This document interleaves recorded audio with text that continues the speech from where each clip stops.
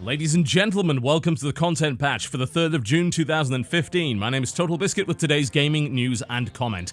Coming up in the show, Steam completely overhauls its refund system, and XCOM 2 has been announced. All this and the OC Remix track of the day is coming your way right about now. After years of essentially having no refund policy beyond no you can't have a refund, Steam has massively revamped its refund process, allowing for automated refunds for practically any application and game within 14 days of purchase. The system also includes a clause for those that have started playing the game, saying that as long as you've played it for under 2 hours of game time, you will also be able to apply for a refund. This refund policy also covers pre-purchased titles, i.e. pre-orders, allowing you to refund at any time prior to release and then kicking in the 14-day and 2-hour refund period, as well as certain in-game purchases and DLC, as long as said DLC does not irreversibly alter your in-game progression, such as DLC that will level up your character. The system has very few restrictions, although it will not allow for refunds for purchases made outside of Steam. That means if you're buying with Steam wallet cards from third parties or using CD keys on physical items, you will not be eligible for a refund. You will also not be able to get a refund if you've been banned by the Valve anti-cheat system. You cannot refund gifts, and you also cannot refund movies. Additionally, they do have an abuse policy, meaning that they will shut down your refundability if you abuse it one too many times, although as to how many times they don't say, which is probably on purpose to make sure that people can't wangle their way around it. They also make a specific stipulation for asking for a refund on a product that has just gone on sale. So it is actually possible to refund a product that was bought at full price, which then within the 14-day period went on sale, and they will not consider that abuse, which is really quite generous, frankly. They claim that they will issue a full refund of your purchase within a week of approval, and depending on which payment method you used, you will either get the refund via the Steam wallet or back to your original payment method, which includes things like PayPal, Visa, MasterCard, American Express, Discover, and JCB. Well, this is the most positive thing I've seen from Valve in a very, very long time, and it answers one of the biggest problems that I actually had with this service.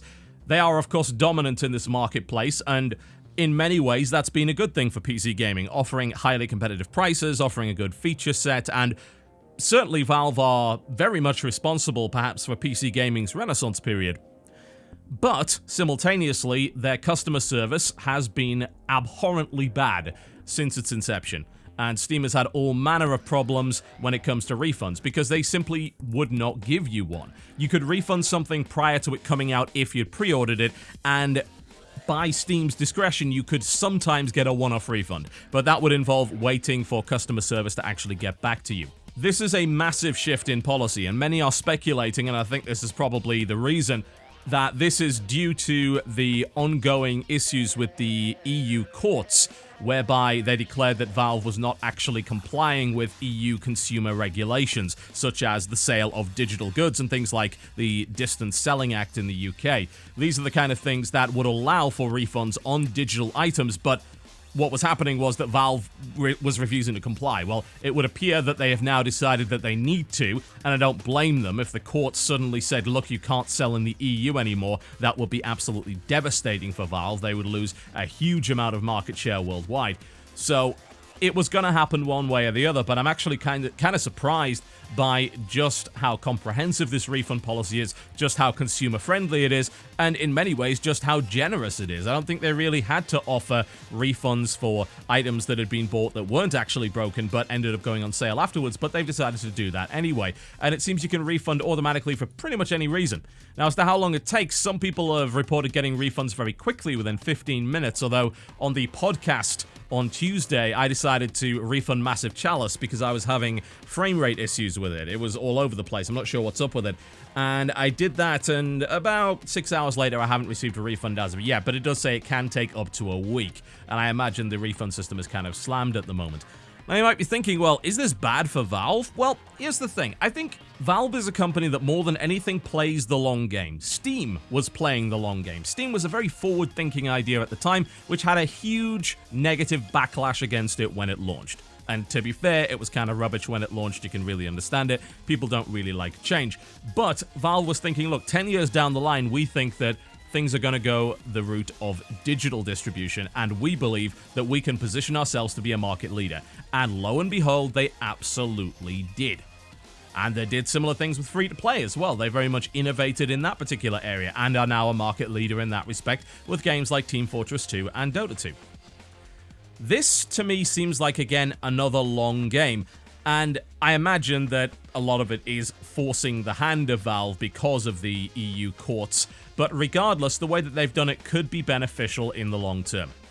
Because what you're gaining here is consumer confidence, and confident consumers buy more games, and more to the point, they're willing to buy games on day one. The culture on Steam at the moment is that a great deal of people will wait until a game goes on sale because they know it invariably will. And combined with the risk of purchasing new titles in an environment where more often than not a game will come out and actually be in a piss-poor state and not suitable for release, lots of people have learned to wait. And it's a behavior that I've personally encouraged myself. It's a very responsible consumer behavior. Now, I think that if you offer a safety net through a refund policy like this, you will see more people willing to pre-order, you will see more people willing to buy on day one, and that means that Valve gets a larger cut, because they're taking 30% most of the time, and 30% of a $5 game that's on sale versus 30% of a $60 game, well, you can clearly see the benefit there.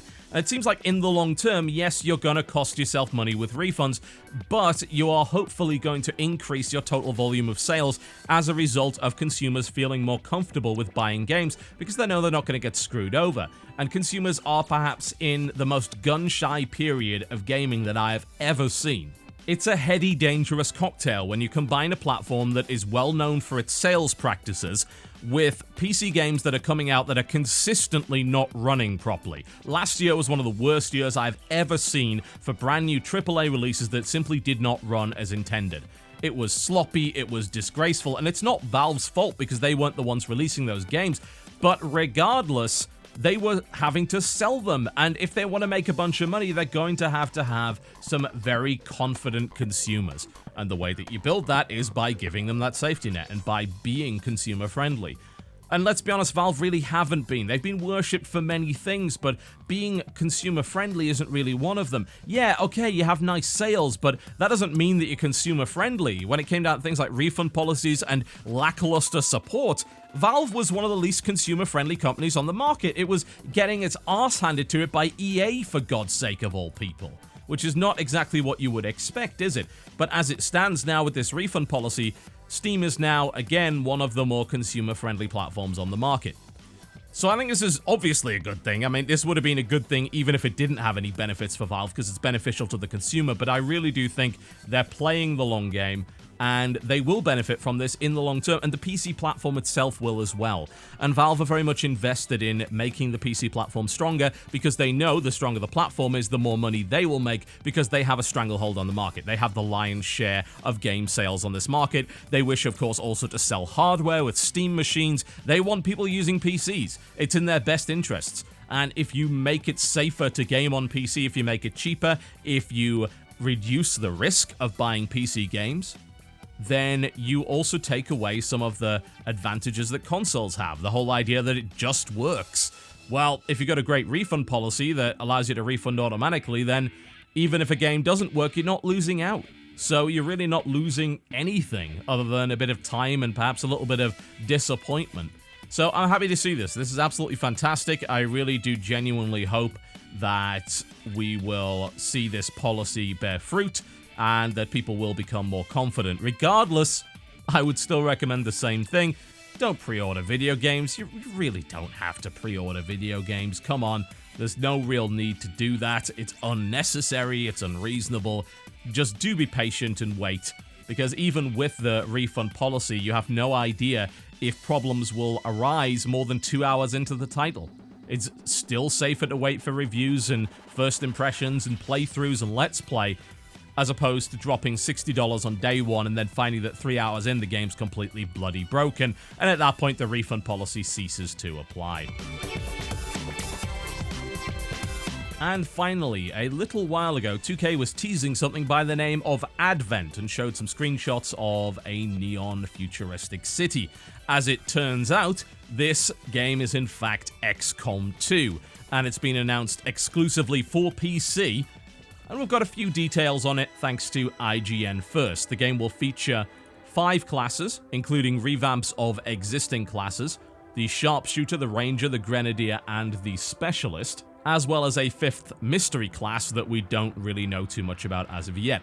The game also amps up the customization aspects of the title, allowing for veteran cosmetic upgrades to soldiers that have lasted through numerous missions, as well as allowing further customization of gender and nationality to each of your individual troops. There have also been a few changes in terms of game mechanics. As you're probably well aware, in the first XCOM game, that being the remake, the aliens would always scurry away and find cover before you had a chance to shoot, unless, of course, you had Overwatch set up. Well, it is now possible to surprise enemies, allowing you to shoot first before they're able to scurry off into cover, which should hopefully accelerate the overall process of the battles. They're also looking at procedurally generated levels as opposed to the same few maps that we played over and over again in the original XCOM, which is obviously a good thing. They're talking about improvements to AI, as well as increased item management with some sort of backpack, allowing you to loot and manipulate different items. There is a short teaser trailer for the game, which shows an XCOM soldier using a large machete-like melee weapon, as well as an indication that the XCOM base will actually be some kind of flying helicarrier this time around, as opposed to a static base on the ground. Indeed, the plot of the game appears to be that aliens have infiltrated the highest levels of government, and you are acting as sort of a rogue organization this time around, a set of mercenaries, freedom fighters, and guerrillas, as opposed to a government-funded multinational agency in the first XCOM. They've also announced that they will be providing full mod support for the game, which of course is good news because the longevity of the original XCOM was greatly increased by the addition of mods such as The Long War. Well, with Content Patch, sometimes I talk about new games, sometimes I don't. It really just comes down to what I'm interested in. Really, that's this entire channel in a nutshell, and obviously I'm very interested in XCOM. I put 105 hours into the original. It was very, very good, despite the various faults, mechanically in particular, that the game had, and it looks like they're going at least some way to reduce the problems that I had with the game systems, including, of course, the idea that all the aliens would always scurry off, and it was almost like pulling packs in an MMO dungeon.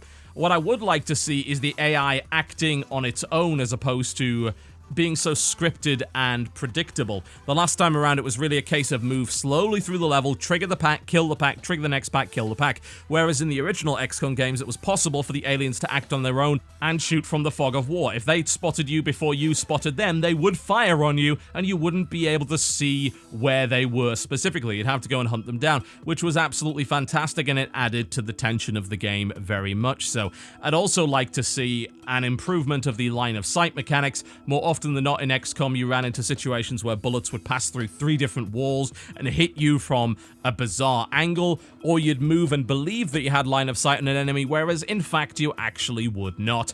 I would love to see some more visual indicators as to where the line of sight is and whether or not you're actually going to be able to take a good shot at an enemy before you move as opposed to afterwards. It would also, of course, be nice to see better objectives. There weren't that many outside of the story-specific static missions. I would certainly like to see a better addition there, rather than just sweeping through every level and slaughtering people. Whatever the case, it definitely looks very interesting. I'll obviously be jumping on that as soon as is humanly possible, and it looks like it's going to be a significant improvement on the remake of the original titles, which was good enough in and of itself, but like I said, it had some issues, and I'd love to see that sort of thing resolved, so hopefully they will be able to do that. Regardless, it is one of many new game announcements that are coming your way as E3 continues to loom closer. Of course, we have the likely announcement of Fallout 4 today, and rumors about various things such as Dark Souls 3, but we'll be covering those as the days go on. Thank you very much for watching the Content Patch, ladies and gentlemen, but before you go, I would like to give you the OC Remix track of the day. We're going to continue with our coverage of 7 songs for 7th Saga, and this is number 6 from this 7-track album. It goes by the name of Light. You can download it for free in the description below this video, and I'll see you next time.